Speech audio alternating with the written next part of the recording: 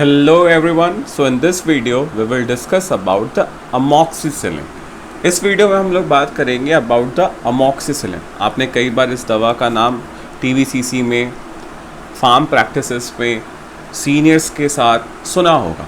आज हम इस दवा के बारे में बात करेंगे, इसकी category, actions, indications, dose, Contra indications and available brands. So without any further due let's get started.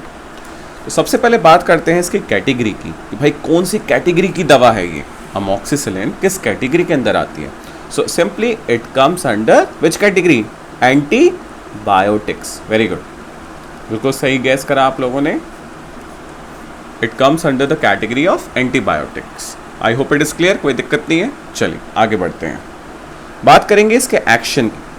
तो डिटेल्ड में मैं बात नहीं करूँगा, to be very precise, to the point हम लोग बात करेंगे कि भाई क्या मेन एक्शन है इसका, क्या चीज़ हमें पता होनी चाहिए. क्योंकि कई बार आप वाइवा देंगे, इंटरव्यूज़ देंगे, तो बेसिक चीज़ें पूछी जाती हैं और हम लोग क्या करते हैं, डिटेल्ड चीज़ें पढ़ते हैं और बेसिक को भूल जाते हैं. ठीक है, सो हम लोग बेसिक बिल्कुल प्रिसाइज चीज़ मैं आपको बताने की कोशिश करूँगा. सो बात करते हैं इसके एक्शन के बारे में. So simply it will inhibit the bacterial cell wall synthesis by binding with the penicillin binding protein which is involved in bacterial cell wall synthesis. Basically क्या करता है, क्या है? अमोक्सी, ऐसे याद करो, अमोक्सिसिलिन. ठीक है, अमोक्सिसिलिन क्या करता है, जो बैक्टीरियल सेल वॉल है इसकी सिंथेसिस को इनिबिट करता है. अब इनिबिट कैसे करेगा, क्या करता है अमोक्सिसिलिन, जो पेनिसिलिन बाइंडिंग प्रोटीन्स होते हैं, पेनिसिलिन बाइंडिंग प्रोटीन PBP, ठीक है, इनके साथ जाके बाइंड अप हो जाता है. मतलब अमोक्सिसिलिन क्या करेगा, पेनिसिलिन बाइंडिंग प्रोटीन के साथ जाके एक बॉन्ड बना लेगा. अब जब ये दोनों का बॉन्ड बन जाएगा तो बैक्टीरियल सेल वॉल सिंथेसिस क्या होगी, इनिबिट हो जाएगी and finally the bacteria will die. ठीक है, आगे ही समझ में, कोई इशू नहीं है, बहुत सिंपल है. अमोक्सी ने क्या करा, बैक्टीरियल सेल वॉल सिंथेसिस को रोका, जिसकी वजह से बैक्टीरिया की ग्रोथ नहीं हो पाई. कैसे रोका, पेनिसिलिन बाइंडिंग प्रोटीन जो है उसके साथ जाके बाइंड अप हो गया, जिसकी वजह से बैक्टीरिया की सेल वॉल की फॉर्मेशन नहीं हो पाई और फाइनली बैक्टीरिया मर गया. याद हो जाएगा, कोई दिक्कत. चलिए आगे बढ़ते हैं, बात करते हैं इंडिकेशंस की. अब भाई हमें दवा पता है, कैटेगरी पता है, इंडिकेशंस पता है, अब यही नहीं पता यूज़ क्या करना है तो उसका कोई मतलब नहीं बनता. तो इंडिकेशंस भी पता होने चाहिए हमें. सिंपल है, एंटीबायोटिक है, एंटीबायोटिक तरह यूज़ करेंगे. एंटीबायोटिक क्या होती हैं, जो बैक्टीरिया की ग्रोथ को इनिबिट करती हैं. तो एक मल्टीफैक्टोरियल बीमारी है, बहुत कॉमन है. क्या लिखना चाहता हूँ मैं, मेस्टाइटिस. वेरी गुड, मेस्टाइटिस में यूज़ कर सकते हैं आप इसको. UTI, यूरिनरी ट्रैक्ट इन्फेक्शन है, तब यूज़ कर सकते हैं. ओटाइटिस है, तब यूज़ कर सकते हैं. सॉफ्ट टिश्यू का कोई इन्फेक्शन है, तब यूज़ कर सकते हैं. निमोनिया के कंडीशंस हैं, तब यूज़ कर सकते हैं. ठीक है, कोई दिक्कत. और भाई पता है एंटीबायोटिक है तो एंटीबायोटिक का यूज़ सबको ही पता है. बैक्टीरियल इन्फेक्शंस हैं, सस्पेक्ट आप ये करते हो कि बैक्टीरियल इन्फेक्शन हो सकता है जानवर में या किसी भी एनिमल में, तो एंटीबायोटिक देना तो बनता है. ठीक है, ये तो कुछ इंडिकेशंस मैंने आपको बताया, ऐसा नहीं है कि इनके अलावा कहीं नहीं दे सकते.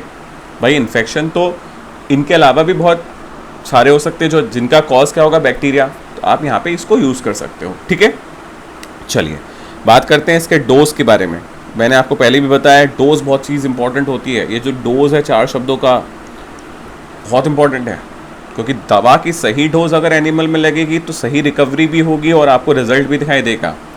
अगर दवा की गलत डोज आप एनिमल में लगाओगे तब ना कोई फ़ायदा होगा और उल्टा नुकसान होगा एनिमल को, और आपको कभी भी जो आपको रिजल्ट्स चाहिए वो नहीं मिलेंगे और एनिमल अननेसेसरी पेन को सफ़र करेगा. ठीक है, तो बात करते हैं डोज की. तो सबसे पहले बात करते हैं डॉग एंड कैट में. डॉग एंड कैट में अगर पैरेंटल एडमिनिस्ट्रेशन कर रहे हैं आप, तो 7 मिलीग्राम पर kg बॉडी वेट से IM दे दो. ठीक है, और ओरली दे रहे हो तो 6.6 से लेकर 20 मिलीग्राम पर kg बॉडी वेट. ठीक है, अगर ओरली देते हो तो इतना देना है, और IM दे रहे हो मतलब पैरेंटल रूट से दे रहे हो तो इतने बॉडी वेट से देना है, ठीक है, 7 milligram per KG body wait से। याद रहेगा, कोई दिक्कत नहीं है डॉग एंड कैट में, ठीक है, सिंपल है। काफ्स की अगर बात करें जो कि अभी नॉन रूमिनेटिंग स्टेज में है, तब क्या दोगे, 10 से लेकर 22 milligram per KG body wait पर ओएस, ठीक है। कैटल एंड हॉर्स में क्या दोगे, 6.6 से लेकर 22 milligram per KG body wait से, ठीक है। याद रहेगा, कोई दिक्कत नहीं है, सिंपल है। क्या याद करना है, डॉग एंड कैट में 7 milligram per KG body wait से IM दोगे, पर ओएस दे रहे हो तो 6.6 से 20, ठीक है। 6.6 से पर ओएस डॉग एंड कैट में देते हैं और शायद इसी के कुछ करीब कैटल एंड हॉर्स में देते हैं। जो काफ्स नॉन रूमिनेटिंग स्टेज में है उसमें डोज रेट होगी 10 से 22 milligram per KG body wait.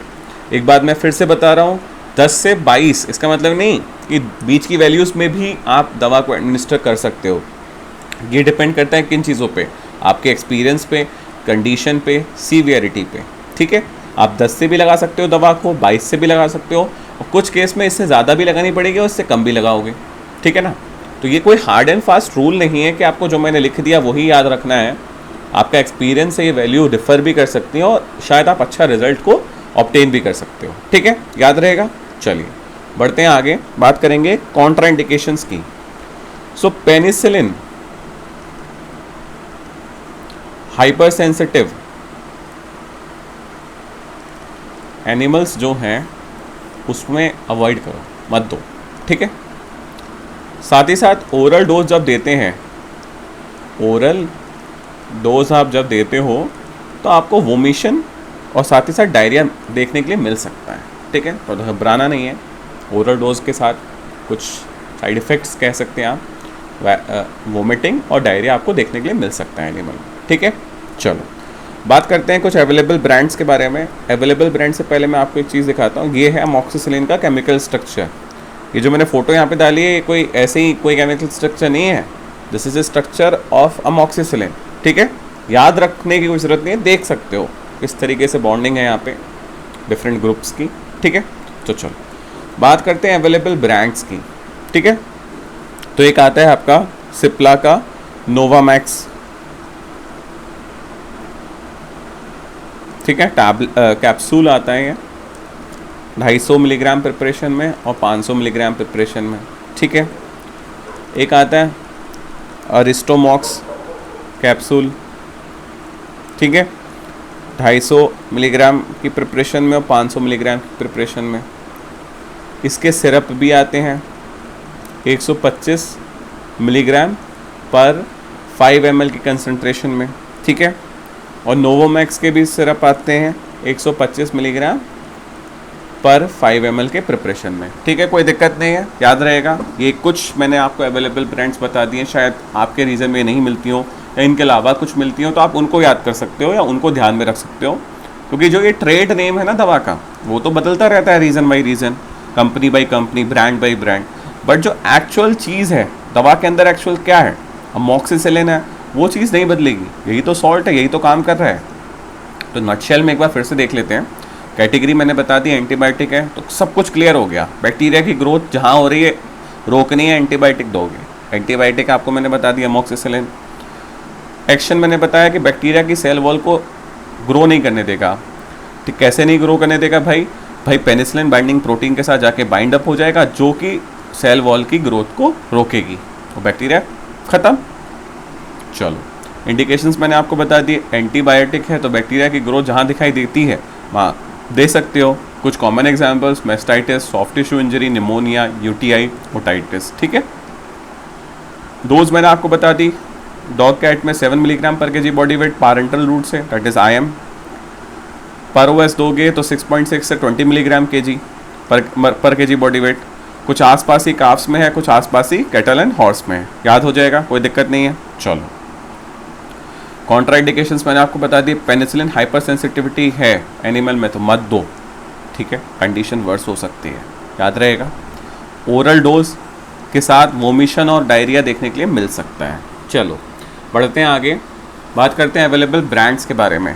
तो नोवामैक्स कैप्सूल आती है, अरिस्टोमैक्स आती है, सिरप भी आते हैं, इनके डिफरेंट कंसनट्रेशंस में अवेलेबल हैं ये, ठीक है। मे बी कुछ ऐसा भी हो सकता है आपको कुछ नई दवा के बारे में पता हो जिसमें सॉल्ट आपका अमॉक्सिसिलिन हो, तो आप उनको ध्यान में रख सकते हैं, ठीक है। I hope things are quite clear now.